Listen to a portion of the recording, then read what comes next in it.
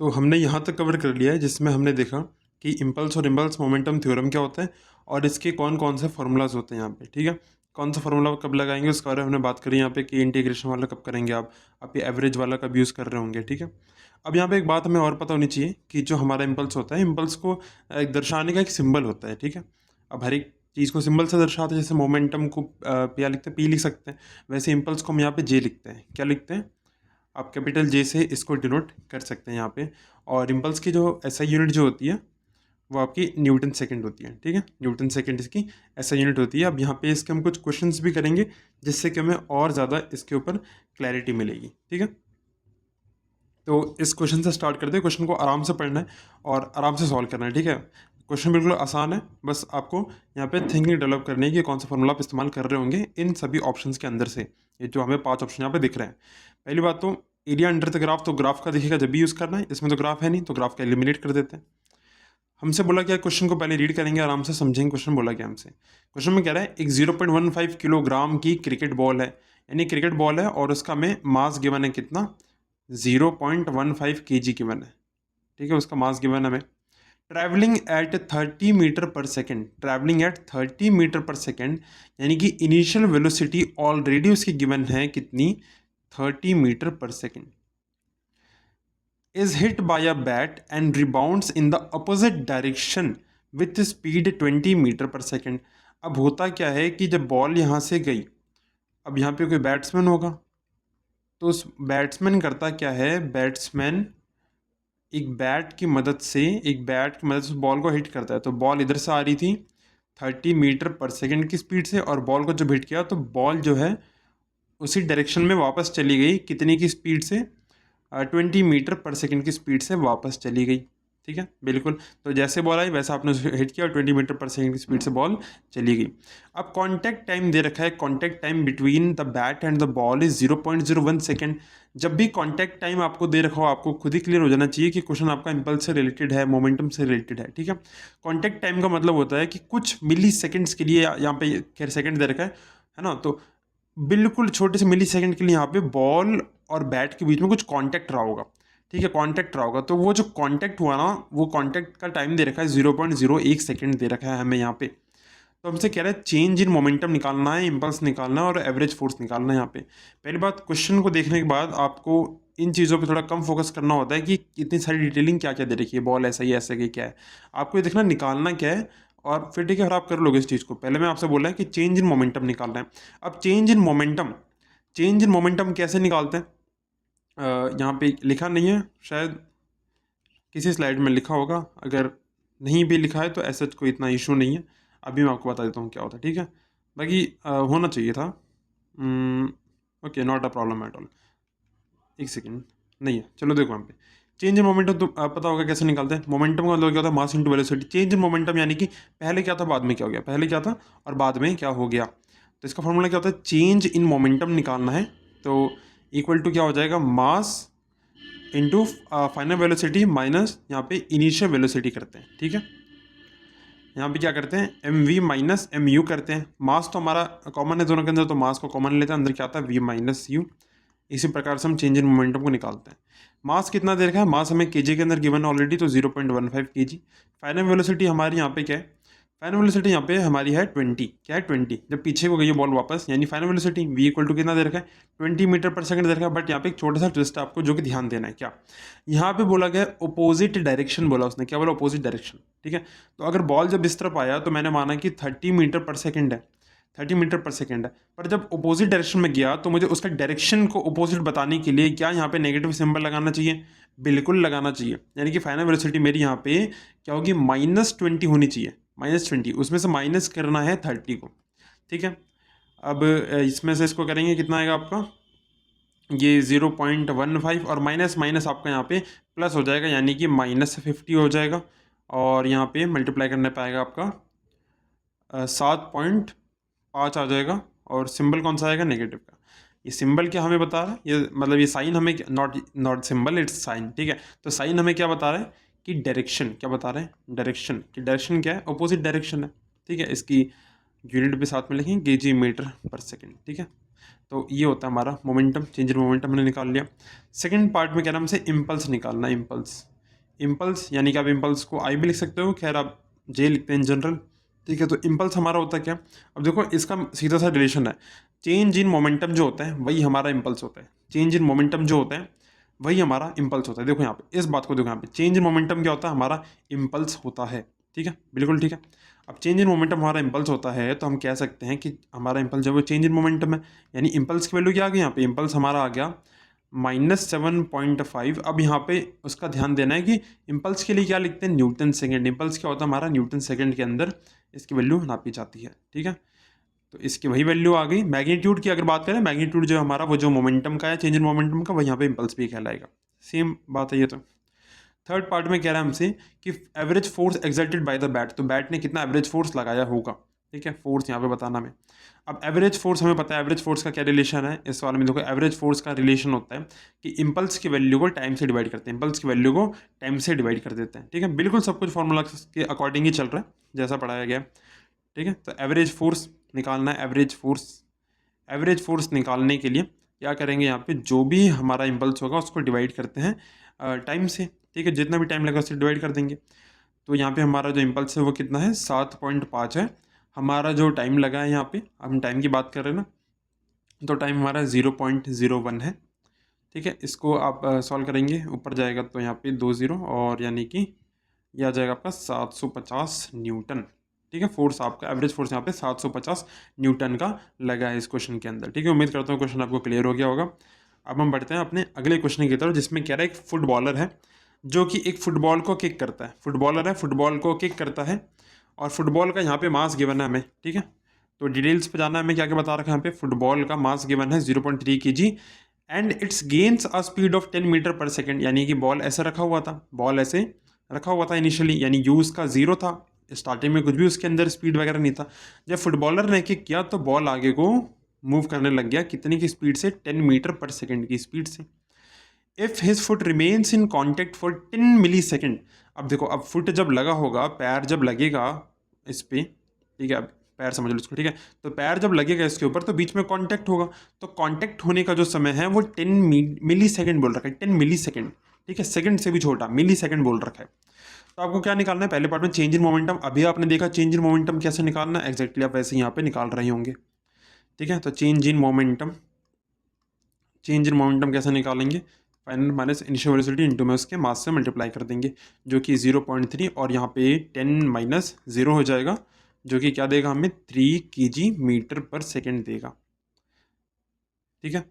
ये आ गया यहाँ पे। अब हमें ये निकालने हमने, और क्या बताना है यहाँ पे, इम्पल्स बताना है। तो देखो बिल्कुल सिंपल सी बात है, अभी हमने क्या डिस्कस किया कि आपको जो इम्पल्स होता है ना वही चेंज इन मोमेंटम होता है, तो इम्पल्स की वैल्यू भी क्या हो जाएगी यहाँ पे 3, बट क्या, न्यूटन सेकेंड, ठीक है।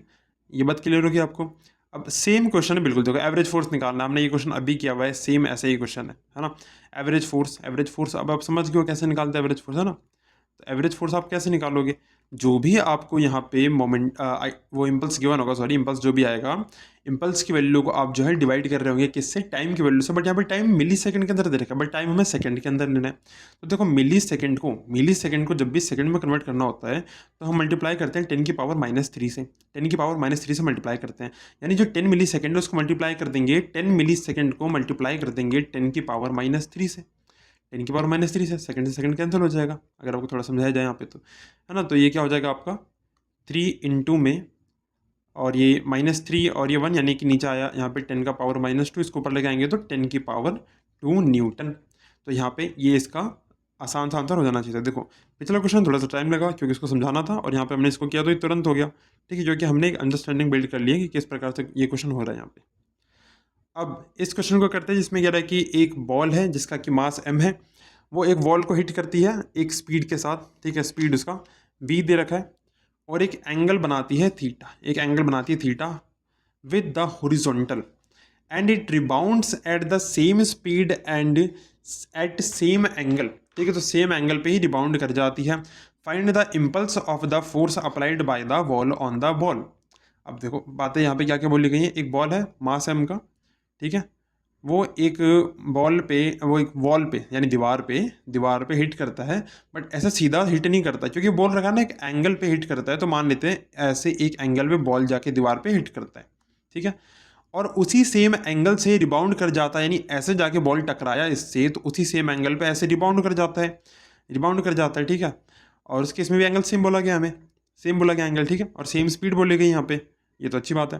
तो हमसे पूछा है कि इम्पल्स निकालना है of the force applied by the wall. देखो अब वॉल कैसे, अब बॉल अगर इधर आया और टकराया इससे, तो इस वॉल ने उसके ऊपर लगाया ना फोर्स, दीवार उसके ऊपर फोर्स लगा रही है ना, वो थर्ड लॉ ऑफ मोशन पता ही है आपको। तो बॉल इस पे जा रहा है तो ये दीवार भी इस अपोजिट फोर्स लगा रही है, तो आपको इसके ऊपर फोर्स लगा रही है, यानी कि इसलिए यहाँ पे दीवार की बातें बोली गई है कि आपको वो फोर्स निकालना जो कि दीवार ने इसके ऊपर लगाया है, ठीक है। ये बात क्लियर होगी यहाँ पे, ठीक है। अब इस चीज़ को हमें यहाँ पे थोड़ा क्लियरली समझना पड़ेगा, तभी हम इसको कर पा रहे होंगे। अब देखो बहुत बेसिक सी बात होती है यहाँ पे कि आपका जो एक्स एक्सेस जो होता है, एक्स एक्सिस जो होता है ना, एक्स एक्सिस जो होता है और जो वाई एक्सिस होता है, इसके लिए हम एक यूनिट वेक्टर दिखाते थे।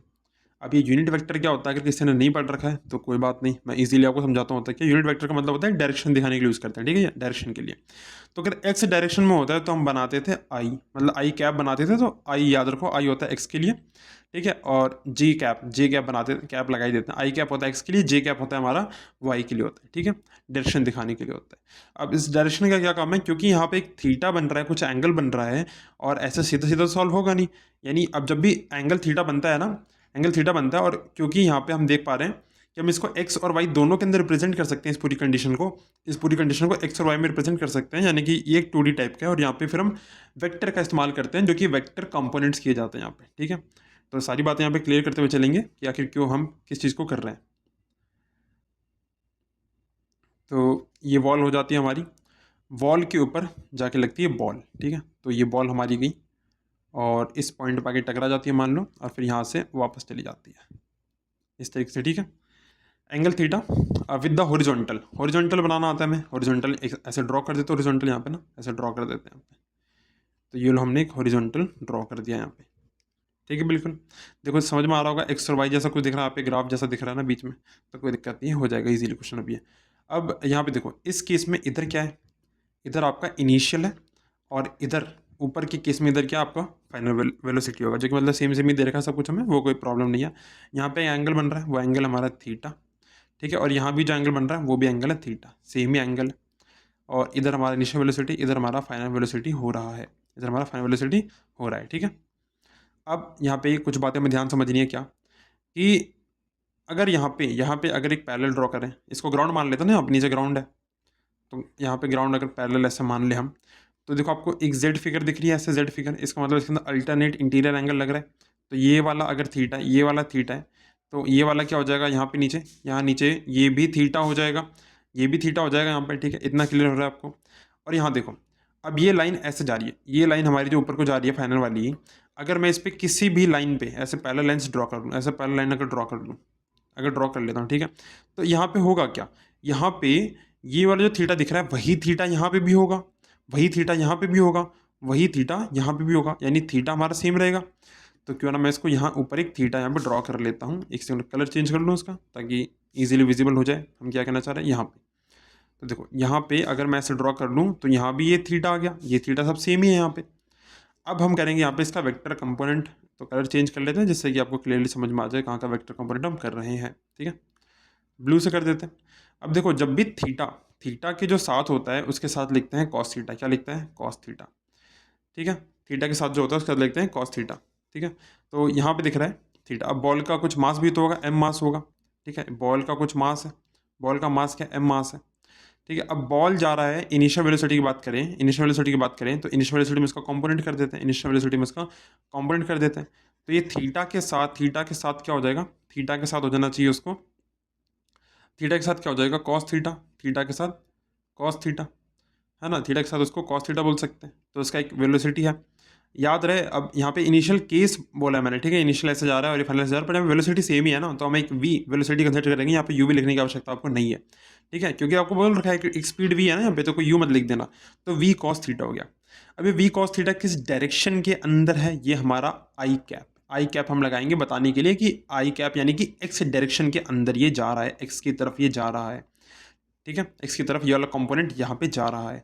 अब इसका जो कंपोनेंट है यहाँ पे, ये वाला कंपोनेंट भी ब्रेक होगा इसका, इसे क्या बोलते हैं, ये वाला cos थीटा होता है, इधर वाला क्या होता है, sin थीटा होता है, तो इसे हम बोल सकते हैं v sin theta, v sin theta. और ठीक है, इसका डायरेक्शन क्या हो जाएगा, इसका डायरेक्शन यहाँ पे j कैप हो जाएगा, इसका डायरेक्शन यहाँ पे j कैप हो जाएगा, क्योंकि y की तरफ जा रहा है, y एक्सिस में जा रहा है। ठीक है, ब्रेक कर दिया हमने इसको।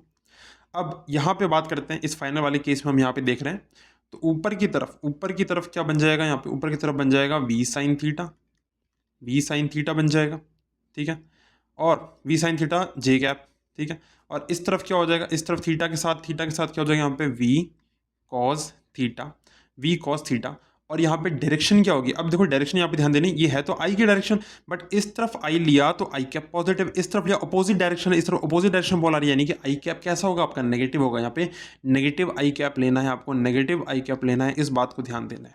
इस तरफ i कैप पॉजिटिव, तो इस तरफ i कैप हो जाएगा आपका नेगेटिव। ठीक है, इतना अगर आपको क्लियर है तो आप इस क्वेश्चन को समझ गए होंगे अब तक। तो इम्पल्स निकालना, इम्पल्स बेसिकली हमारा चेंज इन मोमेंटम ही होता है, इम्पल्स हमारा चेंज इन मोमेंटम ही होता है। तो चेंज इन मोमेंटम निकाल सकते हैं, कैसे निकालते हैं, मास हमारा सेम है, और यहाँ पे फाइनल वेलोसिटी माइनस करते हैं उसमें से इनिशियल वेलोसिटी। तो बेसिकली यहाँ पे वेलोसिटी हमारा ऐसे कुछ अलग नहीं है, सेम ही दे रखा है। इसको कैसे करेंगे यहाँ पे, तो मास तो हमारा m रह जाएगा, ठीक है।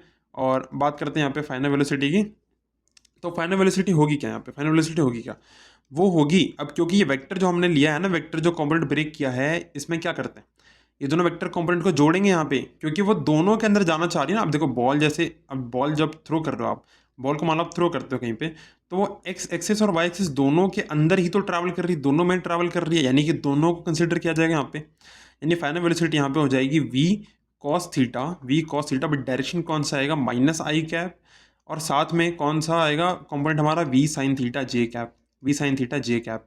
ठीक है, इसमें से माइनस करना है किसको, अब माइनस जब भी करते हैं हमेशा याद रखना, माइनस के बाद की जो चीज़ें होती है उसको ब्रैकेट के अंदर लिखना होता है। बच्चे गलती करते हैं, ब्रैकेट के अंदर नहीं लिखते, फिर गलत आंसर आ जाते हैं। ठीक है, तो यहाँ पे क्या हो जाएगा आपका v cos थीटा आई कैप प्लस में v sin थीटा जे कैप। ठीक है, बिल्कुल क्लियर है सब कुछ, यहाँ पे ऐसा कुछ भी नहीं जो आपको मुश्किल लग रहा हो या फिर कोई चीज़ हम मिस कर रहे हो। यहाँ पे कलर चेंज कर लेते हैं, यहाँ पे देखो, अब ये आपको पता है ये नेगेटिव का हो जाएगा। ठीक है, ये हो जाएगा नेगेटिव का, और ये माइनस प्लस माइनस। ठीक है, तो v sin थीटा जे कैप ये आपका इससे कैंसल आउट हो जाना चाहिए यहाँ पे।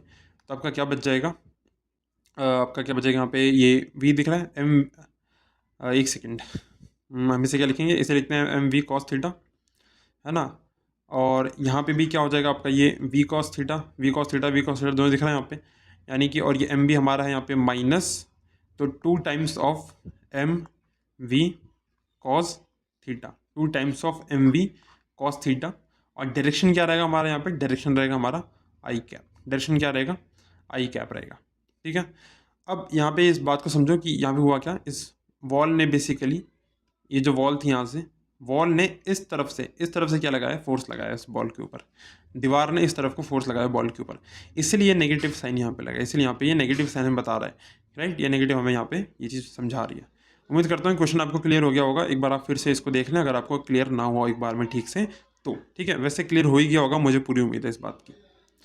अब हम देखते हैं यहाँ पे एक क्वेश्चन है जिसमें हमसे कह रहा है कि फोर्स टाइम ग्राफ दे रखा है, तो आपको इम्पल्स निकालना है। ठीक है, 10 सेकंड के अंदर, 10 सेकंड के लिए बोला गया आपको बेसिकली। तो देखो क्वेश्चन बिल्कुल ईजी है। क्वेश्चन ईजी कैसे है, क्योंकि अभी आपको पता है यहाँ पे तो ग्राफ बोल दिया है, तो ग्राफ में सीधा ग्राफ वाला कॉन्सेप्ट यूज़ करोगे। ग्राफ वाला हमसे क्या कहता है, यहाँ पे ग्राफ वाला होता है area under the force time graph, आपको निकालना होता है area under the force time graph, यहाँ पे निकालना होता है। तो कैसे निकालेंगे इस चीज़ को यहाँ पे, तो इम्पल्स निकालना है, impulse area under the time graph होता है, area under the force time graph होता है। ठीक है, तो कैसे निकालेंगे इसको, आपको बस यहाँ पे ध्यान देना है। ये फिगर कौन सा बन रहा है, फिगर एक ट्रेपीजियम का फिगर है, आपने ट्रेपीजियम देख रखा होगा, ट्रेपीजियम ऐसा दिखता है। ट्रेपीजियम का अब एरिया निकालना है, मतलब इसका एरिया निकालोगे। एरिया कैसे निकालते हैं, हाफ इंटू में सम ऑफ पैरेलल साइड्स को जोड़ते हैं और मल्टीप्लाई हाइट करते हैं। बेसिकली ये जो हाइट होती है, ये हाइट इसको मल्टीप्लाई करते हैं, और ये जो पैरेलल साइड्स हमें दिख रही है ना, इनको हम क्या करते हैं, ऐड कर देते हैं। ठीक है, इनको ऐड कर देते हैं, और हाफ इंटू में सम ऑफ पैरेलल साइड का देखो यहाँ पे, पैरेलल साइड देखो कैसे यहाँ पे देखेंगे, तो ये जो पूरा दिख रहा है ये इसके पैरेलल है। ठीक है। तो ये कंप्लीट यहाँ 0 से लेकर 10 तक है, यानी ये तो हो गया 10, और यहाँ पे ये 2 से लेकर 6 तक है, 2 से लेकर 6 तक, तो 6 2 और 6 के बीच में डिफरेंस कितने का, 4 का, तो ये 4 आ गया। ठीक है, यानी कि 10 + 4 कर देंगे इंटू में हाइट। हाइट देखो ये होती है हाइट, हाइट कितनी दे रखी है यहाँ पे 20, हाइट कितनी दे रखी है 20, हाइट हमें 20 की मैंने, तो हाइट होगी 20। ठीक है, इससे काट दो 10 पे 10 4 आपका 14 होता है, तो 140 न्यूटन सेकेंड, जो कि आपका इम्पल्स निकालना था यहाँ पे। अब इसी क्वेश्चन में कह रहा है आपसे कि आपको स्पीड ऑफ ऑब्जेक्ट भी निकालनी है 10 सेकंड के बाद। 10 सेकंड के बाद अगर उसकी इनिशियल स्पीड जो थी ऑब्जेक्ट की वो 2 मीटर पर सेकंड थी, और उसका मास गिवन है ऑब्जेक्ट का 2 kg का मास है। ठीक है, आपको ये निकालना है, स्पीड ऑफ ऑब्जेक्ट निकालना है। यहाँ पे कैसे निकालोगे, देखो आपको पता है इम्पल्स क्या होता है, आपका चेंज इन मोमेंटम होता है, यानी कि मास इंटू में final velocity minus initial velocity. ठीक है, मोमेंटम हमने निकाल लिया कितना 140 इक्वल टू में मास कितना है, मास 2 है, v हमें पता नहीं, u हमें पता है, इनिशियल वेलोसिटी यहाँ पे 2 गिवन है हमें। ठीक है, तो ये क्या हो जाएगा 2v - 4 बराबर 140, अदरवाइज दोगे 144, और ये 2v इससे काट दोगे तो वेलोसिटी आपका 72 मीटर पर सेकेंड आ जाएगा। ठीक है, तो ये चीज़ आपको क्लियर हो गई यहाँ पे कि अगर ऐसे आपसे पूछता है, जैसे यहाँ पे हमें सिंपल था बिल्कुल ना कि यहाँ पे 10 सेकंड दे दिया है ना, 1 सेकंड, हाँ मतलब 10 सेकंड बोल रखा है यहाँ पे, और इसकी इनिशियल स्पीड दे रखी है 2 मीटर पर सेकंड। ठीक है, और मास इतना की तो निकाल सकते हैं। अब यहाँ पे जो है 10 सेकंड का जो कॉन्सेप्ट है ना, इससे आपको क्या कोई लेने देना नहीं है यहाँ पे। नेक्स्ट हम बात करते हैं, अगर आपको फोर्स दे रखा है 100 - 200t। ठीक है, तो फोर्स को बेसिकली एक फंक्शन के साथ में रिप्रेजेंट कर रखा है इस तरीके से, तो आपको इम्पल्स फाइंड करना है टाइम 0 से लेके 2 सेकंड के लिए। ठीक है, टाइम 0 से लेके 2 सेकंड के लिए हम यहाँ पे वैरायटी ऑफ क्वेश्चंस करना चाह रहे हैं, जिससे कि जितने भी कॉन्सेप्ट है एटलीस्ट वो सारे के सारे में एक बार टच कर लें यहाँ पे। ठीक है, अब यहाँ पे क्या समझ में आ रहा है इस चीज़ को निकालने के लिए, में थोड़ा पीछे आते हैं यहाँ पे और एक चीज़ देखते हैं कि हमें पता था कि अब वहाँ पे क्या बोला था, 1 सेकंड वापस चलते हैं, क्या था देखो, फोर्स हमें कुछ दे रखा है। ठीक है, 100 - 200 और ये टी के साथ में दे रखा है, तो इसका इम्पल्स निकालना है 0 से लेकर 2 सेकंड के लिए। 0 से लेकर 2 सेकंड के लिए बहुत छोटा टाइम नहीं है, 0 से लेकर 2 सेकंड तक है, बिल्कुल है। अब इम्पल्स है तो बिल्कुल छोटे टाइम होगा, ये तो कोई हैरानी की बात है नहीं यहाँ पे, बट एक आपको लिमिट दे रखी है, इस 0 से लेकर 2 सेकंड तक दे रखा है, 0 से लेकर 2 सेकंड तक। और जब भी लिमिट होती है ना, लिमिट होती है आपकी, तो आप क्या करते हैं उसमें, क्या करते हैं धीरे धीरे टाइम को एडअप करते हैं, मतलब बढ़ाते हैं, थोड़ा थोड़ा जोड़ते हैं टाइम को। उसमें क्या करते हैं इंटीग्रेशन करना पड़ता है, इंटीग्रेशन में लिमिट लगाते हैं आपकी, यहाँ से लेकर यहाँ तक निकालने, यानी उसके अंदर इंटीग्रेशन वाला फॉर्मूला लगाएंगे जो सबसे पहला फॉर्मूला है। ठीक है, इंटीग्रेशन करना पड़ेगा आपको। फोर्स का एक फंक्शन दिया रहेगा, फोर्स का फंक्शन दिया रहेगा, उसका dt के साथ में क्या करेंगे, dt के साथ में क्या करेंगे, उसको इंटीग्रेट कर देंगे। समझ में आ गया, dt के साथ इंटीग्रेट कर देंगे कि नहीं, बिल्कुल सिंपल बात है ये, इतनी तो आपको क्लियर होगी। तो इसको dt के साथ कर देंगे इंटीग्रेट, जैसा फॉर्मूला लिखा है बिल्कुल एग्जैक्टली वैसा हम पुट कर रहे होंगे यहाँ पे। ठीक है, इसको करते हैं बिल्कुल, देखो तो इम्पल्स क्या हो जाएगा आपका, है ना, आपका 0 से लेके 2 सेकंड तक बोला है, और ये जो 100 - 200t है, इसको dt के रिस्पेक्ट में, dt के साथ में लेके इसको इंटीग्रेट करेंगे, बिल्कुल करेंगे ऐसे ही है बिल्कुल। वहाँ पे हमने सेम इसको एज इट इज लिख दिया जैसा था। अब करते हैं कि यहाँ पे कि अब जिसको ये दे रखा है ना, जैसे a - b ऐसे लिख रखा है, तो हम इसको a का अलग कर सकते हैं, b का अलग कर सकते हैं इंटीग्रेशन। ठीक है, तो इसको सेपरेट कर लेते हैं, यहाँ पे सेपरेट कर लेंगे, यहाँ पे 100 को 100 dt और माइनस में यहाँ पे 200t, इसको सेपरेट कर लिया।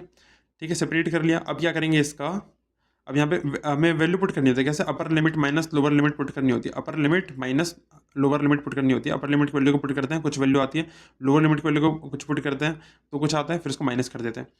तो यहाँ पे dt दे रखा है, dt का आप यहाँ पे इंटीग्रेशन करेंगे तो क्या आएगा, 1 सेकेंड यहाँ पे गलत हो गया, इसको इरेज कर लेते हैं। ठीक है, अब देखो यहाँ पे इसको हम क्या लिख सकते हैं, हमारा यहाँ पे ये 100t हो जाएगा, और यहाँ पे हमें अब लिमिट्स इसके अंदर पुट करनी जो दे रखी है 0 से लेकर 2 तक की। ठीक है, अब यहाँ पे इसका इंटीग्रेशन क्या होगा, देखो 200 एक कांस्टेंट है, हम इसको बाहर ले सकते हैं, इसको बाहर ले सकते हैं इसके, तो 200 बाहर लिया, अंदर बच गया ये t बच गया। ठीक है, अंदर ही क्या बच गया, t बच गया है, dt भी तो साथ में लिखा हुआ है वो क्यों हटा दिया हमने। अब t को करेंगे, t का क्या आ जाएगा, t की पावर 1 है, तो यहाँ पे आएगा t की पावर 2 अपॉन में 2 आ जाएगा। ठीक है, t की पावर 2 अपॉन में 2 आ जाएगा। तो यहाँ पे इसको एज इट इज़ छोड़ देते हैं इस पार्ट को, इस पार्ट या चलो लिख ही देते हैं, क्या जा रहा है लिखने में। ठीक है, ये और यहाँ पे हम इसे कह सकते हैं कि 200 इंटू में t²/2 आ गया, इसको कैंसल आउट करेंगे तो 100 आएगा, और लिमिट तो पुट करनी होती है। ठीक है, तो यहाँ पे एक बार 2 पुट करेंगे तो 100 इंटू 2 200 माइनस 0 पुट करेंगे तो 0 ही आएगा। ठीक है, इस पूरे में से हम माइनस कर रहे होंगे इसको, देखो 2 यहाँ पे पुट करो, टी स्क्वायर के अंदर 2 टू 4 यानी कि 400, उसमें से माइनस करना, लोअर लिमिट को 0 को पुट करोगे तो 0 आ जाएगा पूरा, ठीक है। तो 200 माइनस 400 आया, सॉल्व करने पे क्या आ जाएगा, -200 न्यूटन सेकंड, क्योंकि आपको क्या निकालना था यहाँ पे, इम्पल्स निकालना था। तो इम्पल्स हमने यहाँ पे फाइंड आउट कर लिया है, ठीक है। तो हमने वैरायटी ऑफ क्वेश्चन यहाँ पे देखे हैं, ग्राफ का क्वेश्चन भी देखा यहाँ पे, इसमें वेक्टर कंपोनेंट हमें इसका रिजॉल्व करना पड़ा वेक्टर्स को, ये वाला भी देखा हमने, ठीक है। हमने डायरेक्शन को समझा कि डायरेक्शन कैसे काम करती है। यहाँ पे टाइम आपका कुछ मिली सेकंड के लिए लग रहा है, तो वहाँ पे एवरेज फोर्स आपको निकालने के लिए पूछेगा। जब भी टाइम दिया रहेगा ना, कॉन्टेक्ट का टाइम दे दिया तो समझ जाओ आपसे वो एवरेज ही पूछने वाला है, बात खत्म, ठीक है। अगर टाइम दे रखा है आपको तो वो एवरेज ही पूछेगा आपसे उस केस में, ठीक है। बिल्कुल सारी बातें क्लियर है यहाँ पे, ये सारी चीज़ें कॉन्सेप्ट आपको क्लियर हो गए होंगे। अब हम बात करते हैं एक बहुत ही प्यारे से टॉपिक की, जो कि होता है इक्विलिब्रियम ऑफ पार्टिकल। इक्विलिब्रियम, अब इसके नाम से ज़्यादा नहीं सोचना है कि ऐसा क्या है, इक्वल इसके नाम पे जाओ, क्या दे रखा है। मतलब इक्विलिब्रियम का मतलब है ऑफ अ पार्टिकल, मतलब कि अब देखो ये हमारे मैकेनिक्स का ही पार्ट है, इसके अंदर हम एक ऐसी सिचुएशन की बात करते हैं जहाँ पे नेट एक्सटर्नल फोर्स जो होता है, नेट एक्सटर्नल फोर्स जो होता है वो जीरो हो जाता है, जीरो हो जाता है, ठीक है। यानी एक पार्टिकल पे कोई भी फोर्स नहीं लग रहा है, कहीं से भी कोई भी फोर्स नहीं लग रहा है, वो फोर्स हमारा जीरो है उसके इसमें, ठीक है। फोर्स हम क्या मान लेते हैं कि कुछ है ही नहीं, वहाँ पे जीरो हो गया पूरा, एफ नेट जीरो है हमारा। तो इस अब देखो फर्स्ट लॉ के अकॉर्डिंग होता क्या है, इसका मतलब हम कह सकते हैं कि जो पार्टिकल है या तो वो रेस्ट में है या तो वो एक यूनिफॉर्म मोशन के अंदर है, ठीक है, जो इसके ऊपर कोई भी अलग से एक्सटर्नल फोर्स अप्लाई नहीं हो रहा है। हमने पहले अच्छे से एनालिसिस को डिस्कस किया था, अगर रेस्ट में तो रेस्ट में ही रहेगा, यूनिफॉर्म मोशन में एक ट्रैवल कर रहा है तो उसी में रहेगा, क्यों, जब तक एक एक्सटर्नल फोर्स अप्लाई ना हो। तो इक्विलिब्रियम के अंदर होता क्या है कि आपका बाहर से कोई भी फोर्स अप्लाई नहीं हो रहा होता है। अगर दो फोर्सेस की बात कर लें, उनको अगर सिर्फ केवल दो फोर्स दे रखें, केवल दो फोर्स, अगर उनको इक्विलिब्रियम में होना है यानी कि दोनों को बराबर फोर्स लगाना पड़ेगा, और वहाँ पे दोनों फोर्सेस कैंसल आउट हो जाएंगे, कोई भी फोर्स एक्ट नहीं कर रहा होगा, दोनों फोर्स बराबर होंगे और एक फोर्स हमारा अपोजिट डायरेक्शन के अंदर होगा। बिल्कुल कॉमन सी बात है ये, ठीक है। तो इस प्रकार से इसको दिखा सकते हैं कि आपका फोर्स जो पहला फोर्स है और जो दूसरा फोर्स है वो अपोजिट डायरेक्शन के अंदर लग रहा है, और यहाँ पे दोनों फोर्स अगर बराबर है तो दोनों आपस में कैंसिल आउट कर रहे हैं। कैंसिल आउट करने मतलब कि एक्सटर्नल फोर्स क्या हो गया, जीरो हो गया, कुछ फोर्स है ही नहीं वहाँ पे, एफ नेट हमारा जीरो है, एफ नेट हमारा वहाँ पे जीरो आ चुका है, ठीक है। अब देखो यहाँ पे अगर दो फोर्सेस, एक अब एक सेकेंड क्या देखें यहाँ पे, हटाओ इसको, हम मतलब बता रहे हैं ठीक है कि इक्वल और अपोजिट होना चाहिए, जो मैंने बता दिया आपको। अब बात करते हैं, अगर तीन फोर्सेस दे रखे हैं, F1 F2 F3 दे रखा है, अगर इनको जीरो होना है, इसका मतलब इनका जो वेक्टर सम करेंगे, इनका वेक्टर सम करेंगे मतलब इस पूरे सिस्टम को जब हम जोड़ेंगे तो इसके अंदर फोर्स पहले पे दूसरे पे तीसरे में सब कुछ मिला के जीरो आना चाहिए, सब कुछ मिला के जीरो आना चाहिए। और देखो बोल रखा है यहाँ पे वेक्टर सम करना है, वेक्टर सम करके भी इसका आंसर जो है निकाल सकते हो आप तीनों फोर्सेस का, ठीक है। देखो बहुत बेसिक सी बातें आप समझा रखी है कि फोर्स 1 इधर से लग रहा है, फोर्स 2 इधर से लग रहा है, ठीक है। तो ये आपका अपोजिट डायरेक्शन में लग रहा है तो आप इसका नेगेटिव लगा सकते हो, दोनों इक्वल फोर्सेस हैं यहाँ पे, इक्वल मैग्नीट्यूड है इनका, ठीक है। बस अपोजिट डायरेक्शन में तो कैंसिल आउट कर रहे हैं यहाँ पे एफ नेट, यानी कि एफ नेट एक्सटर्नल फोर्स क्या हो रहा है यहाँ पे, जीरो हो रहा है, जीरो हो रहा है, ठीक है। इस केस में बात करें, देखो फोर्स 1 हमारा इस तरफ है, इस तरफ, फोर्स 2 हमारा इस तरफ है, ठीक है, और एक फोर्स 3 हमारा इस तरफ है, इस तरफ लग रहा है, ठीक है। तो होता क्या है, जब दो वेक्टर इस प्रकार से होते हैं तो उनके बीच में एक रिजल्टेंट निकाला जा सकता है। तो ये जो रिजल्टेंट वाला है ना, जो रिजल्टेंट वाला जो आ रहा है वो इस F3 को कैंसिल आउट कर रहा है, ये रिजल्टेंट वाला इस F3 को कैंसिल आउट कर रहा है, ये देखो यहाँ पे ये वाला इसको कैंसिल आउट कर रहा है। तो इस केस में भी आपका इक्विलिब्रियम का कंडीशन है। और एक कंडीशन और होती है कि अगर आपका, यहाँ बना के दिखाते हैं यहाँ पे, देखो आपका एक फोर्स जो है इस प्रकार से, ठीक है, एक फोर्स इस प्रकार से F1 और F2 दे रखा है, ठीक है। अब हमें क्या करना है यहाँ पे, इसको दिखाना अगर इक्विलिब्रियम के अंदर, तो हम पता है रिजल्टेंट हम कैसे निकालते हैं। रिजल्टेंट निकालने के लिए हम एक वेक्टर, मतलब इसको शिफ्टिंग ऑफ वेक्टर कर सकते हैं, ठीक है। इसको इस वेक्टर को हम आगे शिफ्ट करके और आगे, मतलब छोड़ो वो सब हटाओ, मैं आपको बेसिक बात बताता हूँ बिल्कुल, ठीक है, कि एफ नेट जीरो कब होगा इसके अंदर, जब आपका देखो ये जो वेक्टर का पार्ट होता है इसे हम क्या बोलते हैं, हेड बोलते हैं, पीछे के पार्ट को क्या बोलते हैं, टेल बोलते हैं, ठीक है। जब आपका ये टेल हेड वाला कनेक्ट रहता है, मतलब ऐसे कनेक्ट रहता है, तो आप देखो एक साइकिल टाइप ही नहीं बन गई, ऐसे साइकिल सी नहीं बन गई, ये ऐसे ये ऐसे ये ऐसे।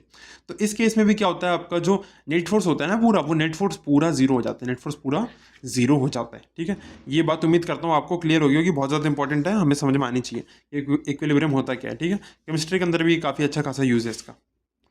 अब देखो बात करते हैं इक्विलिब्रियम ऑफ फोर्सेस की। अब इन फोर्सेस को अच्छे से थोड़ा डिटेल में समझते हैं कि आपका एफ नेट क्या हो गया, एफ नेट बराबर जीरो हो गया, मैं समझा चुका हूँ आपको इस बात को।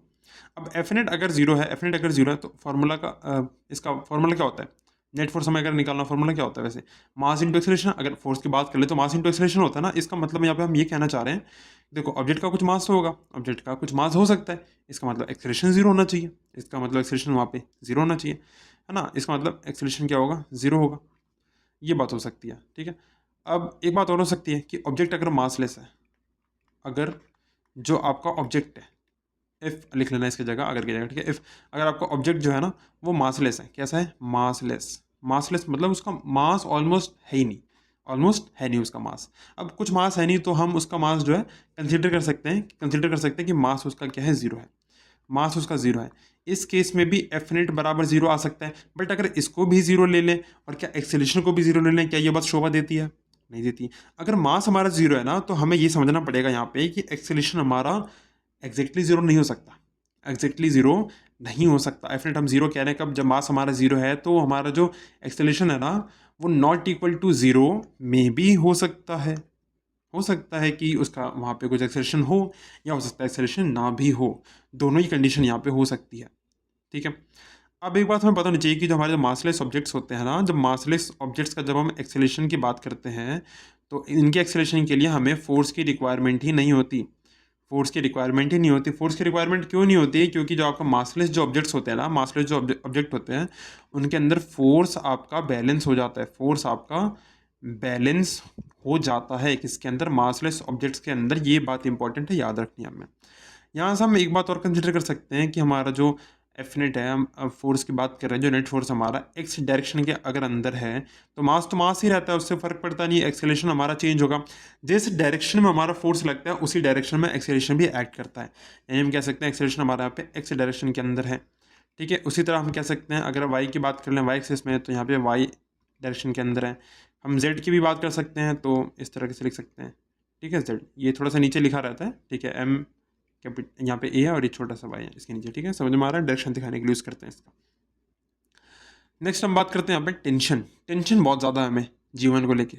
अब यहाँ पे जो टेंशन है ना वो हम किस टेंशन की बात कर रहे हैं, उस टेंशन की नहीं जो हमें रोज़ होती है, जो आप रोज़ सोने से पहले ओवर थिंक करते हैं, टेंशन लेते हैं दिमाग के अंदर, अरे मेरा आगे क्या होगा, अरे देखो पीछे तुमने क्या किया उसी के अकॉर्डिंग होगा ना। तो टेंशन को भुला करके इस टेंशन को पढ़ लो जो फिलहाल के लिए भी पढ़ाया जा रहा है आपको। अब यहाँ पे टेंशन का मतलब है, टेंशन है कि यहाँ पे फोर्स है, अरे हम पे भी तो फोर्स है पढ़ाई का, नहीं भाई वो टेंशन नहीं है, ठीक है। वो टेंशन तो वो जो दिमाग के अंदर बिल्ड करते हो खुद से। पढ़ाई करना तो एक प्रोसेस है, अगर आप उसे नहीं कर पा रहे तो आपके लिए वो एक प्रेशर हो सकता है, ठीक है। देखो यहाँ पे अब apart from all that, tension क्या होता है, it is a force that acts in a string और अ थ्रेड। एक स्ट्रिंग हो सकती है, एक थ्रेड हो सकता है, एक धागा हो सकता है, उसके अंदर जब कोई फोर्स लगता है, अब जैसे धागा लेके खींचना, कभी अब खींच रहे हो उसको तो खींचते वो धागा टेंस्ड हो जाता है, थोड़ा टाइट हो जाता है, जैसे धागा एक ढीला होता है ऐसे धागा है, ठीक है। आपने धागे को लेकर ऐसे ऐसे खींच लिया, ऐसा स्ट्रेट उसको खींचा वहाँ पे, तो इस केस में क्या हुआ, धागा हमारा एक तरीके से क्या हो रहा है, टेंशन के अंदर आ रहा है, उसको कुछ टेंशन फील हो रही है, एक फोर्स है, एक फोर्स पे फील हो रहा है, ठीक है। और ये जो टेंशन होता है ना हमारा, अब क्योंकि धागा यहाँ पे जो होता है ना बेसिकली वो भी एक मासलेस ऑब्जेक्ट के अंदर काउंट किया जा सकता है, क्योंकि अब जैसे धागा आप उठाते हो उसका क्या मास फील होता है आपको, ऐसा तो नहीं लगता ना कि धागा उठा रहे बहुत भारी है तो थ्रेड, ऐसा तो नहीं होता, थ्रेड का तो मास में फील नहीं हो रहा होता। बट ऐसा नहीं कुछ होगा नहीं, कुछ तो होता होगा, बट हमें वो फील नहीं हो रहा है, हमें वो फील ही नहीं हो रहा है, हम उसको एक मासलेस ऑब्जेक्ट बोल सकते हैं, मासलेस ऑब्जेक्ट हम उसको बोल सकते हैं। अभी मैं ये कह रहा हूँ आपसे, जो जो बातें बोल रहा हूँ उसको ध्यान से सुनो, ठीक है। उसको हम कह सकते हैं कि वो मासलेस है, मासलेस है, ठीक है। अब होता क्या है कि स्ट्रिंग या थ्रेड भी ना आपके दो टाइप के हो सकते हैं। अब टेंशन देखो, टेंशन की बात कर रहा था, टेंशन जो होगा ना आपका, मान लो यहाँ से टेंशन T1 कह लो आप इसको और टेंशन T2 कह लो, तो यहाँ पे जो टेंशन होगा, टेंशन आपका यहाँ पे बैलेंस कर जाएगा, T1 आपका T2 से यहाँ पे बैलेंस कर जाएगा, ठीक है। ये क्रॉस नहीं बनाना, ये मैंने ऐसे ही बना दिया समझाने के लिए, ठीक है। तो T1 आपका T2 से कैंसिल आउट कर जाएगा, बैलेंस कर जाएगा, ये बात समझ में आ रही है। अभी मास, अब यहाँ पे इसका जो स्ट्रिंग होगा ना, स्ट्रिंग दो टाइप का होता है, एक होता है आइडियल, एक होता है रियल, एक आइडियल होता है एक रियल होता है। अब आइडियल का मतलब क्या होता है, आइडियल सिनेरियो मान के चलते हैं कि जो हमारा स्ट्रिंग है ना, पहली बात तो वो एक मासलेस है, कैसा है, मासलेस है, उसका कुछ मास नहीं है, पहली बात। दूसरी बात हम उसको मानते हैं कि इनएक्सटेंसिबल है, इनएक्सटेंसिबल है, यानी कि उसे हम और खींच के बढ़ा नहीं सकते, ऐसा हम मानते हैं, ऐसा हम मानते हैं, यानी कि लेंथ उसकी हम बढ़ाते नहीं, लेंथ हम उसकी एक फिक्स मान के चलते हैं, ठीक है।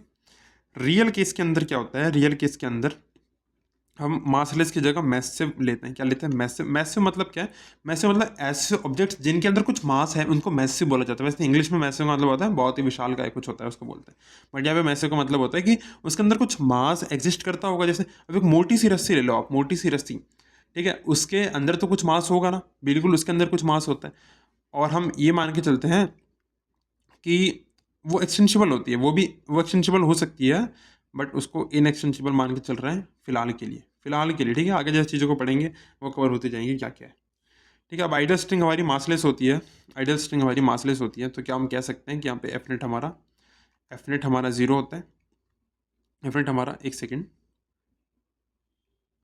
यहाँ कुछ इशू आ गया, इसको ठीक कर लेते हैं। ठीक है फ्रेंड, हमारा क्या होता है यहाँ पे 0 होता है, तो हम कह सकते हैं कि मास हमारा क्या होता है यहाँ पे 0 होता है। ठीक है, अब देखो, अब कोई सा भी मासलेस ऑब्जेक्ट है, ठीक है, मासलेस ऑब्जेक्ट में होता है क्या कि आपका नेट फोर्स क्या होता है 0 होता है। ठीक है, मासलेस ऑब्जेक्ट के अंदर नेट फोर्स क्या होता है 0 होता है। अब टेंशन की अगर बात करें ना, जो टेंशन होता है हमारा वो स्ट्रिंग के सभी पॉइंट पे होता है। टेंशन जो हमारा लगता है ना किसी भी स्ट्रिंग के अंदर, tension at all points, tension at all points of string, tension हमारा स्ट्रिंग के सभी पॉइंट पे लगता है।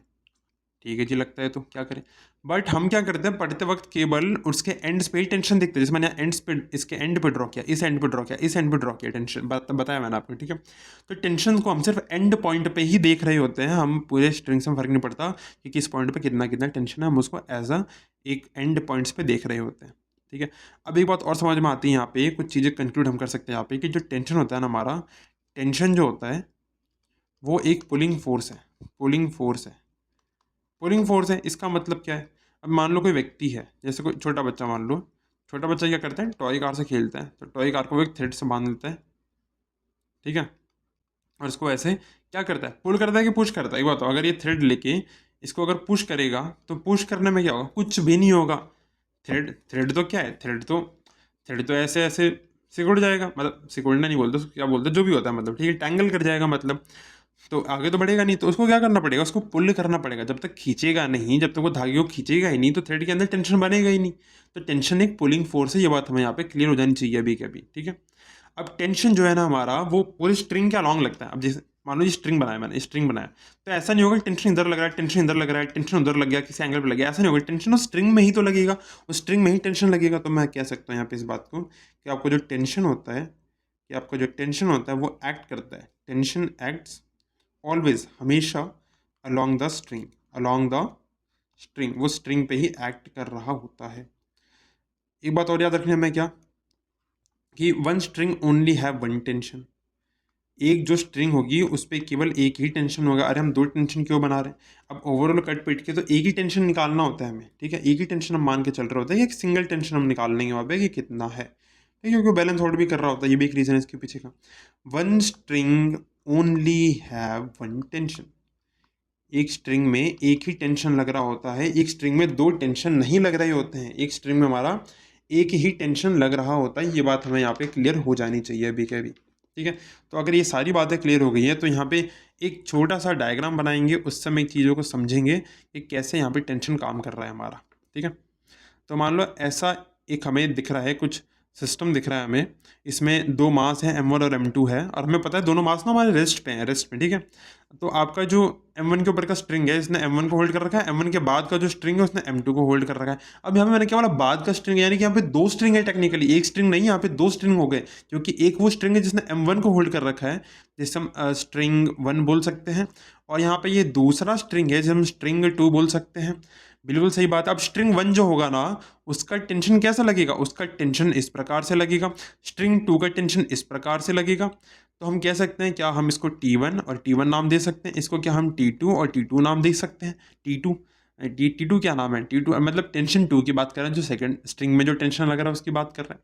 ठीक है, अब यहाँ पे जो ऑब्जेक्ट है क्या वो कहीं मूव कर रहा है, क्या मतलब मास हमारा कहीं मूव कर रहा है, क्या कहीं मूव नहीं कर रहा है, इसको मास कहीं मूव नहीं कर रहा, मास इधर उधर नहीं जा रहा है, मास हमारा रेस्ट पे ही है। क्या मैं कह सकता हूँ मास अगर रेस्ट पे हमारा यहाँ पे, तो उसके ऊपर कोई एफ नेट यानी कि एक्सटर्नल फोर्स जीरो है। अगर एक्सटर्नल फोर्स जीरो है तो मुझे क्या समझ में आता है, अगर थोड़ा सा पीछे है, हमने पढ़ा था कि अभी इक्विलिब्रियम पढ़ा था, और ये एक सिस्टम है, सिस्टम का इक्विलिब्रियम है, इस पार्टिकल है पूरा, इसका इक्विलिब्रियम क्या हो जाएगा, इसका इक्विलिब्रियम हमें कहता है कि इसका एफ नेट जो है जीरो है, इसका एफ नेट क्या है, जीरो है।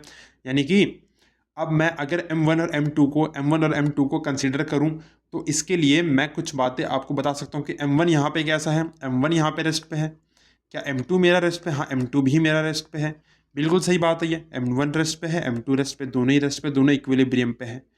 बिल्कुल सही बात है। अगर हम पहले वाले की बात करें, यहाँ पे पहले वाले की चर्चा करें, इसकी बात करें, ये जो M1 जो हमें दिख रहा है, ये जो M1 जो दिख रहा है, M1 हमारा इक्विलिब्रियम में है कि नहीं, M1 हमारा इक्विलिब्रियम में है कि नहीं, बिल्कुल इक्विलिब्रियम में है, दिख रहा है। M2 हमारा इक्विलिब्रियम में, हाँ M2 हमारा इक्विलिब्रियम के अंदर है। अब यहाँ पे एक बात को समझो, ये जो M2 है, M2 जो मास दिख रहा है यहाँ पे, अगर इसको ऐसे ड्रॉ करूँ, M2 जो दिख रहा है, M2 के सेंटर से क्या लगेगा नीचे को, अरे क्या लगता है नीचे को जो होता है उससे m2g बोलते हैं बेटा जी। g4 क्या होता है, एक्सेलरेशन टू ग्रेविटी होता है, m हमारा मास होता है, ठीक है। बेसिकली वेट की बात करें तो सेंटर से लगता है ना, हमारे सेंटर से जो लगता है अपनी धरती की तरफ, वो होता है m2g लगता है। ये अपने m2 मास के लिए है। m1 की अगर बात कर लें तो m1 के लिए क्या लग रहा होगा सेंटर से, उसके लिए लग रहा होगा m1g, इसके लिए m1g लग रहा होगा, इसके लिए m2g लग रहा होगा। बिल्कुल सही बात है, ये इतना क्लियर है आपको, इतना क्लियर है। अब देखो यहाँ पे, अब देखो यहाँ पे क्या समझ में आता है, क्या समझ में आता है कि ये m2g जो नीचे की तरफ लग रहा है, m2g जो नीचे की तरफ लग रहा है, ऐसे लग रहा है नीचे की तरफ, ऐसे लग रहा है नीचे की तरफ। तो अगर सिर्फ इतना ही सिस्टम हम देख रहे हैं ना, इस m2 के लिए अगर हम देखें, m2 के लिए अगर देखें तो इसके अंदर t2 लग रहा है। तो ये t2 जो लग रहा है हमारा, क्या हम कह सकते हैं कि t2 हमारा इस m2g से ही तो बैलेंस आउट हो रहा है यहाँ पे। ये जो t2 है हमारा इस m2g से ही तो बैलेंस आउट हो रहा है। तो हम कह सकते हैं t2 जो हमारा वो m2g के बराबर है, t2 हमारा m2g के बराबर है। ये बात समझ में आ रही है यहाँ पे, ठीक है। अब ये जो m2g है ना, यहाँ पे ध्यान समझना इस बात को कि आपका m2g जो है वो केवल m2 के ऊपर एक्ट कर रहा है। ये m2g जो है ये m2 के लिए है, m2g m2 के लिए है। अरे ये m2g इस m2 के लिए है, m1 के लिए तो नहीं होगा ना। m2g हमारा m2 के लिए, m1 के लिए नहीं होगा। ये बात याद रखनी है, m1 के ऊपर केवल m1g लग रहा है, वैसे m2 के ऊपर केवल m2g लग रहा है। ये बात आपको समझ में आनी चाहिए यहाँ पे, ठीक है। तो यहाँ पे लिख भी देते हैं इस बात को कि आपका m2g जो है only acts on m2, not m1 पे नहीं कर रहा है, केवल वो m2 के ऊपर एक्ट कर रहा है, m2 पे एक्ट कर रहा है। अब यहाँ पे जो t1 है, हम t1 को देखें यहाँ पे, तो t1 जो है, t1, अब यहाँ पे ध्यान समझना इस बात को, जो हमारा t1 है यहाँ पे, ये जो t1 दिख रहा है, t1 जो है किस किस से बैलेंस आउट हो रहा है, t1 किस किस से बैलेंस आउट हो रहा है, दोनों बातें समझ में आनी चाहिए।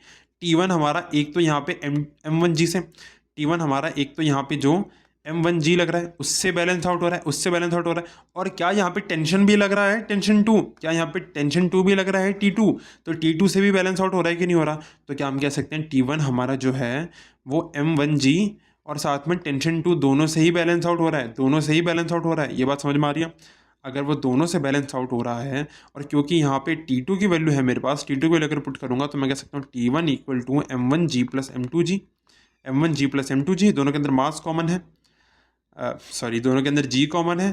तो हम इसे क्या लिख सकते हैं, t1 बराबर आ जाएगा, g हमने कॉमन लिया तो m1 प्लस m2 आ जाएगा, m1 प्लस m2 आ जाएगा।